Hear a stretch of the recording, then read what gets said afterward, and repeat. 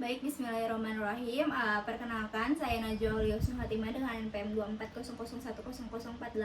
Di sini saya izin untuk melakukan pembuatan video mengenai edukasi bagaimana cara bersuci yang baik dan benar. Baik, untuk yang pertama, di sini saya izin untuk memperkenalkan diri terlebih dahulu ya, Bu ya. Di sini perkenalkan, saya Dr. Najwa yang kebetulan sedang berjaga pada klinik hari ini ya, Bu ya. Dan juga apakah Ibu sudah siap? Siap ya. Terus juga kita harus memastikan terlebih dahulu keadaan di sekitarnya, tentukan tidak ada atau orang yang berkerumun untuk memastikan privasi dari pasien. Kemudian saat itu Ibu izin, saya izin untuk menanyakan identitas Ibu terlebih dahulu ya.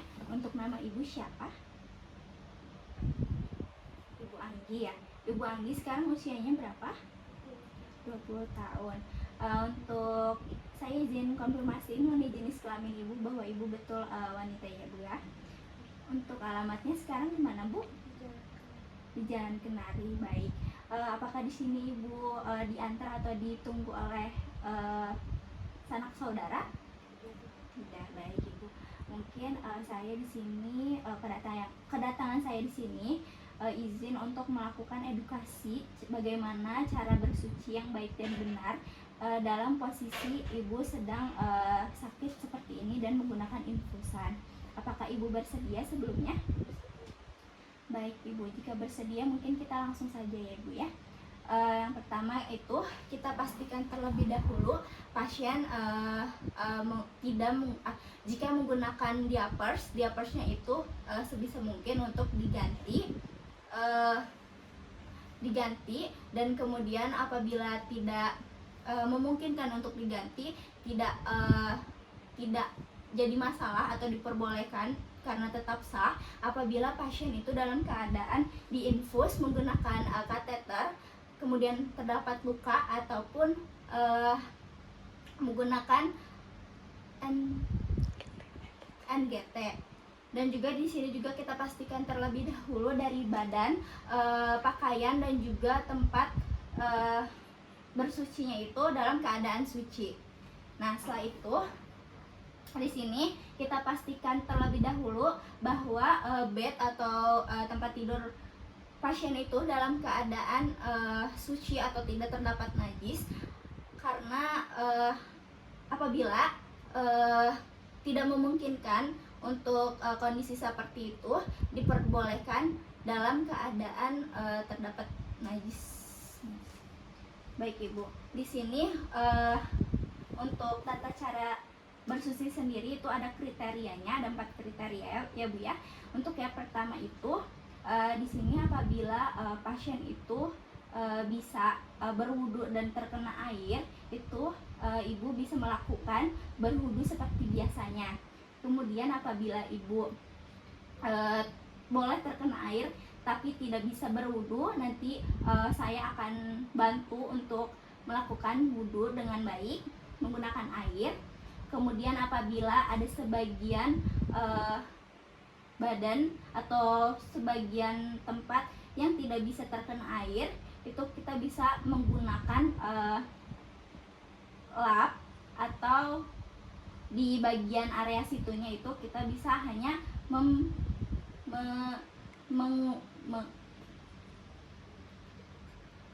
tidak terkena air. Kemudian apabila pasien atau Ibu itu tidak bisa sama sekali terkena air, Ibu bisa melakukan tayamum. Apakah Ibu bersedia, Ibu? Baik, Ibu, jika bersedia mungkin kita langsung saja ya ke proses untuk bagaimana cara bersuci yang baik dan benar. Apakah sebelumnya Ibu bisa untuk duduk? Baik, nanti saya bantu ya.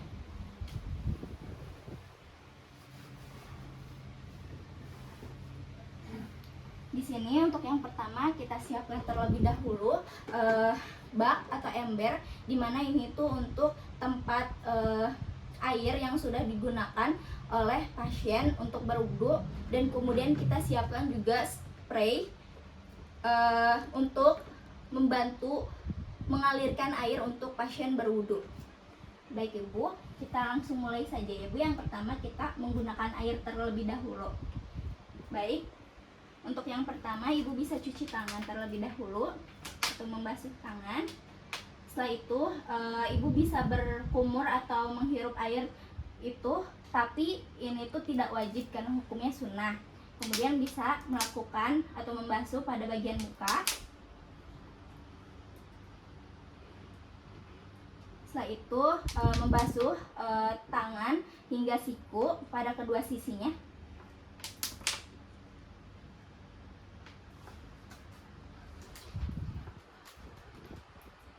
Kemudian membasuh pada bagian kepala.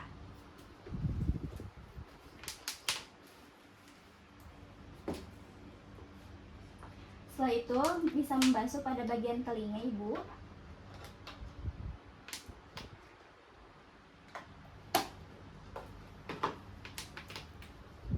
Setelah itu Ibu bisa membasuh pada bagian kaki. Ibu boleh kakinya untuk dikebawahin terlebih dahulu agar mempermudah pada saat membasuh. Baik Ibu, boleh ke tempat semula Ibu ya. Baik Ibu, di sini untuk yang menggunakan air seperti itu ya Bu ya, cara bersucinya. Nah, apabila pasien ini tidak bisa berwudu secara sendiri, kita bisa membantu pasien. Contohnya seperti ini.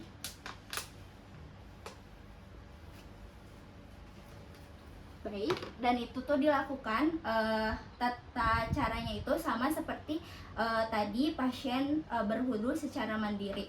Kemudian untuk selanjutnya di sini kita akan lakukan pada cara bersuci pada tayamum. Ibu boleh untuk menyentuh pada tembok di dekat Ibu. Kemudian apabila debunya itu terlalu banyak, Ibu bisa dikepokan dulu. Setelah itu Ibu bisa menempelkan pada muka Ibu. Kemudian bisa ditempelkan lagi Ibu telapak tangannya ke tembok. Kemudian Ibu bisa melakukannya pada tangan hingga siku di kedua sisinya ya Bu ya. Baik Ibu. Nah Ibu, seperti itu bagaimana tata cara bersuci yang baik dan benar pada saat kondisi Ibu seperti ini. Apakah sebelumnya ada yang ingin ditanyakan terlebih dahulu Bu dari tata cara yang sudah kita lakukan? Baik, jika tidak ada mungkin saya cukupkan ya mengenai edukasi cara bersuci pada kondisi Ibu saat ini. Terima kasih Ibu.